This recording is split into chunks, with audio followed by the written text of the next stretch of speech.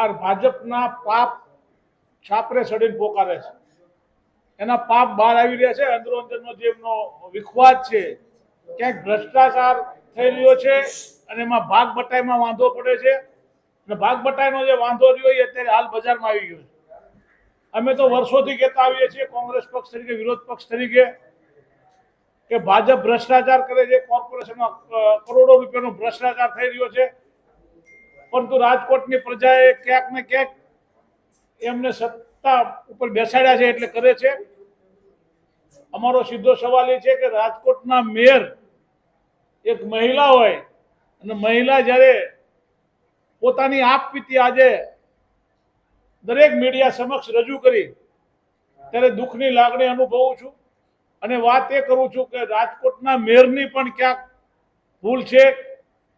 જે વસ્તુ ન થવી જોઈએ એ એમને કરી હતી.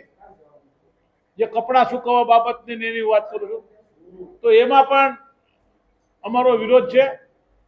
રાજકોટના સ્ટેન્ડિંગ કમિટીના ચેરમેને જાહેર કર્યું હતું કે કોર્પોરેશનમાં 10 વર્ષ પહેલા અમે જે ઠરાવ કર્યો હતો એમાં 2 રૂપિયા એક કિલોમીટરમાં ગાડી લઈ જવા માટેની છૂટ હતી. આનો ઠરાવ લીગલ કમિટીમાં થાય અને આજથી 9 વર્ષ પહેલા એનો ઠરાવ થયો છે. લીગલ કમિટીમાં 2 રૂપિયાનો ઠરાવ આપણે ઠરાવમાં નથી પડતા. પરંતુ હાલ જે રીતે અંદરો અંદરની ભાજપની જે લડાઈ, અંદરના જે બળાપા બહાર કાઢવામાં આવી રહ્યા છે, એ હું એમ સમજુ છું કે રાજકોટની પ્રજાના, ગુજરાતની પ્રજાના હિતમાં હશે.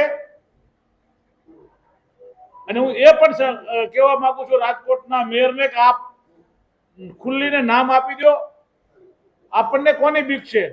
આપ એમ કહો છો કે હું પ્રદેશમાં ઉપર હાઈકમાન્ડમાં રજૂઆત કરીશ.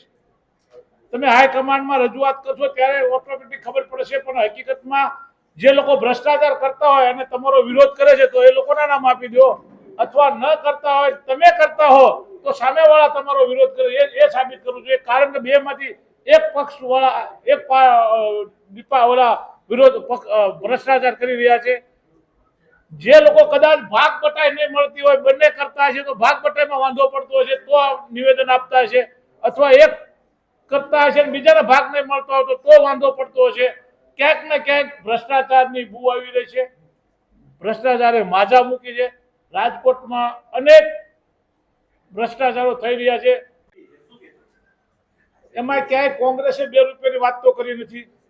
જે વાત કરી છે ભાજપના સ્ટેન્ડિંગ કમિટીના ચેરમેને કીધું છે કે 2 રૂપિયા અમે 10 વર્ષ પહેલા ઠરાવ કર્યો છે અને 2 રૂપિયાના ઠરાવ પ્રમાણે રાજકોટના મેયર પૈસા ચૂકવવા માટે તૈયાર છે અને એના માટે રાજકોટના કમિશનરની પરમિશન લઈ ગયા છે. એટલે લીગલી ચાલ્યા છે. 2 રૂપિયાની વાત છે એમના પક્ષનો વિષય છે.